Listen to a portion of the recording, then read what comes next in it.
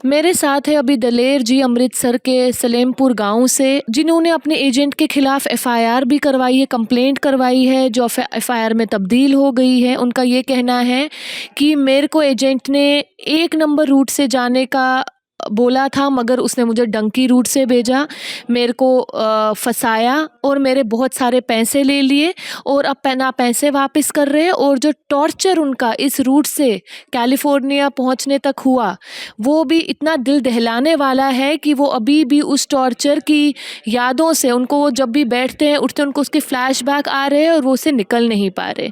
नमस्कार, आपका स्वागत है द प्रिंट में। मैं हूँ सागरिका किस्सू अमृतसर से और अभी हम करेंगे बात दलेर जी से उनकी जर्नी टू कैलिफोर्निया के बारे में और किस तरीके से एजेंट ने उनको ख्वाब दिखाए लीगल रूट के, और ब्राज़ील पहुंचने के बाद उनको बोला कि वो अगर कैलिफोर्निया जाना चाहते हैं तो बस इलीगल रूट ही उनके पास एक रास्ता है।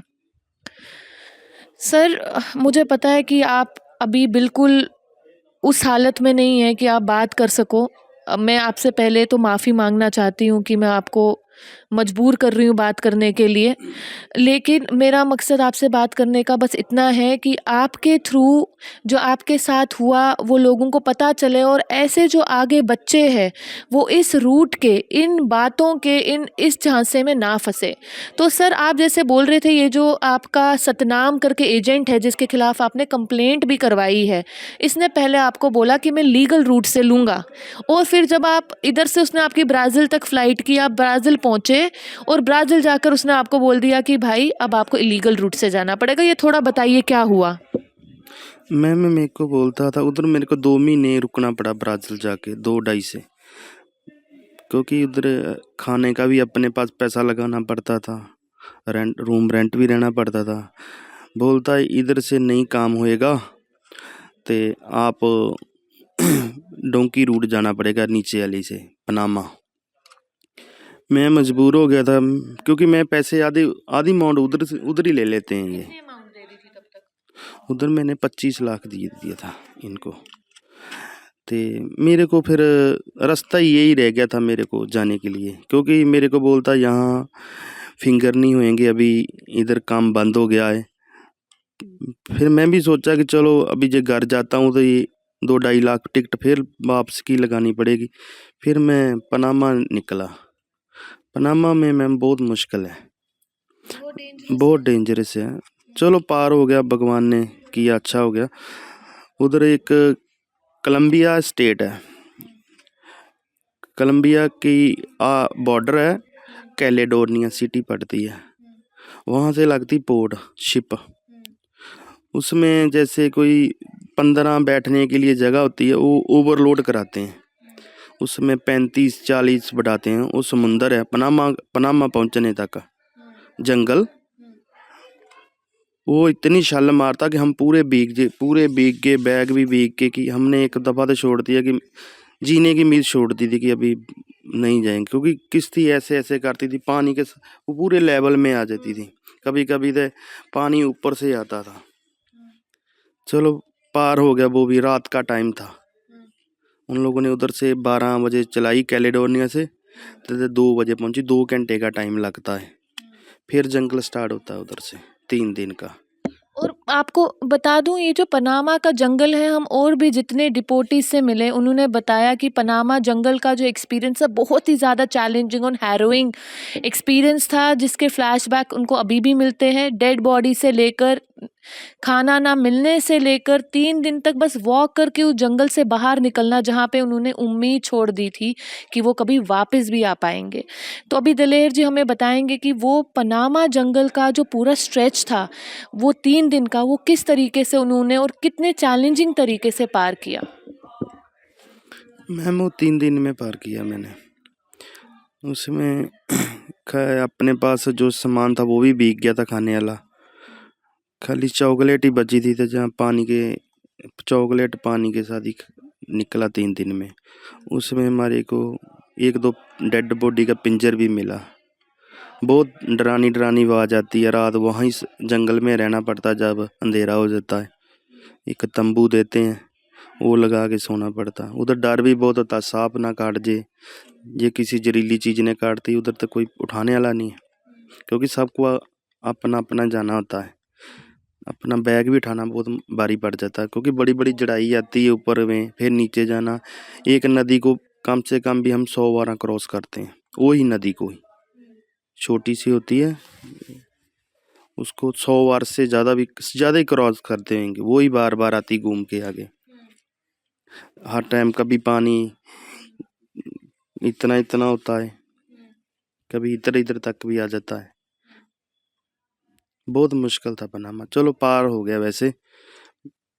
पनामा से मेरे को जो दिलेर जी ने बताया, पनामा से वो कोस्टा रिका पहुँचे, कोस्टा रिका से ग्वाटेमाला पहुँचे और उसके बाद वो मैक्सिको पहुँचे। मैक्सिको से फिर वो कैलिफोर्निया पहुँचे। मगर जब कैलिफोर्निया पहुँचे और ऐसी एक उम्मीद लगी कि चलो इतने स्ट्रगल्स के बाद अब हम कैलिफोर्निया पहुँच गए हैं, फाइनली हम यूएस पहुँच गए हैं, जिस सपने को लेकर आए थे, जिस तरीके ज़िंदा रहकर पहुँच गए, उधर जाके उनको अरेस्ट कर दिया गया वहाँ की बॉर्डर पुलिस ने और उनको एक ऐसे बैरक में, एक ऐसे कैंप में रखा जहाँ पे अकोमोडेशन 15 लोगों की थी, मगर वहाँ 200 से ज़्यादा लोग रह रहे थे। ना सांस लेने की जगह थी, ना स्ट्रेच करके अपनी बॉडी को लेटने की जगह थी। तो कैलिफोर्निया पहुँचे, सोचा चलो फाइनली पहुँच ही गए, लेकिन उधर जाके अरेस्ट हुआ। वो जो 20 दिन कैलिफोर्निया में रहे थे, वो हमारे थोड़ा दर्शकों को बताइए क्या हुआ उन 20 दिन में। मैम उधर की एक चौकी है सैन डियो, कैलिफोर्निया में पड़ती है। तेजवाना बॉर्डर है मैक्सिको का। हमारे को अरेस्ट किया उधर, उन लोगों ने मेडिकल किया जाके, ते खाना देते थे प्रॉपर में, 5 टाइम देते थे। सोने के लिए कुछ टाइम नहीं था, 2-2 घंटे ही, 2-2 घंटे बाद वो उठाते थे एक हिसाब से। कभी खाने के लिए, कभी ये नहाने के लिए, 3 टाइम हाजिरी लगती थी उनमें। सोने के लिए एक होता जैसे रोटी वाला पेपर होता ना, वो था, वो देते थे, उसको ब्लैंकेट बोलते। वो एसी बहुत छोड़ते थे, एसी। फ्रीजिंग कर देते थे हाँ, पूरा। फ्रीजिंग बहुत करते थे। और खाने का? खाने का जैसे लेज हो गए, एक चॉकलेट देते थे, एक एप्पल देते थे, ते बस जिंदा रखने के हाँ लिए। जिंदा यही रख रिपीटेशन वर्क था, मतलब उनको स्टे करना था, अपनी फॉर्मेलिटीज कर हाँ रहे थे। मतलब कि जिंदा रखने के लिए वो रखते थे। और जिस दिन जब आपको बोला रिलीज कर रहे हैं, तो आपको क्या लगा, इंडिया भेज रहे हैं कहीं और भेज रहे हैं, क्या लगा था आपको उस दिन? हमारे को बोला कि उनका एक ऑफिसर आया, वो बोला इंडियन पूरा इंडियन में वो रूम थे, एक नहीं रूम थे, मेरे ख्याल वो रूम होंगे, वो चौकी में 35 से 40 रूम होंगे। सब में अलग अलग होते हैं, जैसे इंडियन है, नेपाल के हैं, पाकिस्तान के हैं, सब है ऐसे। वो सब वो रूमों से इंडियन ही निकाले उन लोगों ने। इंडियन है, 104 इंडियन निकाल के बोला कि आपको पहले रिलीज कर रहे हैं। सब खुश थे।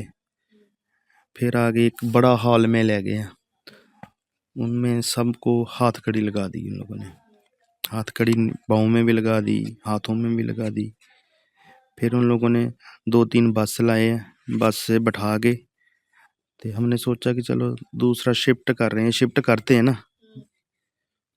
हमारे को उन लोगों ने ना कोई उधर अपील करने दी, ना कोई वकील करने दिया, बस ना साइन करवाए डिपोर्ट के। साइन तो करवाते हैं ना, साइन भी नहीं लिए उन लोगों ने हमारे को सीधा बस में बैठाया। एक छोटा सा एयरपोर्ट है इनका, आर्मी का ही है, उधर ले गए। ये जंगी जहाज, बड़ा जहाज जो लाए, उनमें बैठा दिया, हथकड़ी लगाया था। उधर भी नहीं बताया कि आपको इंडिया भेज रहे हैं। हमने सोचा कि कहीं ये स्टेट चेंज करने लगे।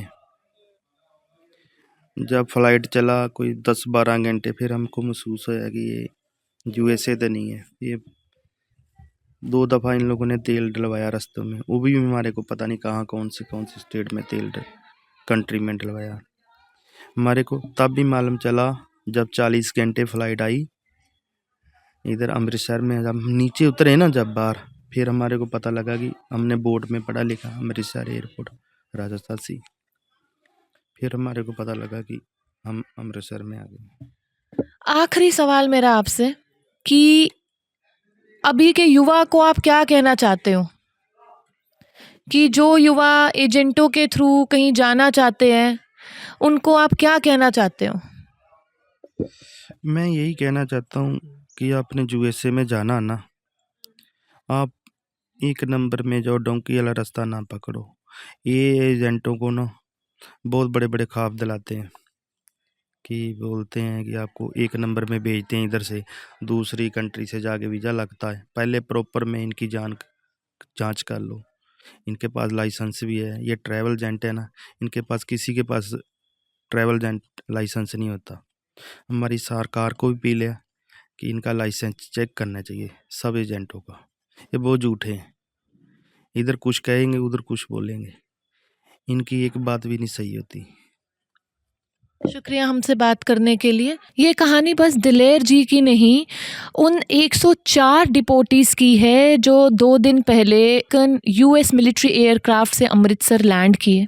उनकी कहानी ना केवल डरावनी है पर एक ऐसे नेटवर्क की भी बात करती है, उन एजेंट्स, इलीगल एजेंट्स के नेटवर्क की, जो इन यंग लोगों के अमेरिका, यूएस, कनाडा और बाकी कंट्री जाने के ख्वाबों पे बैंक करते हैं, उनसे पैसे लेते हैं, उनको मजबूर करते हैं डंकी रूट लेने के लिए।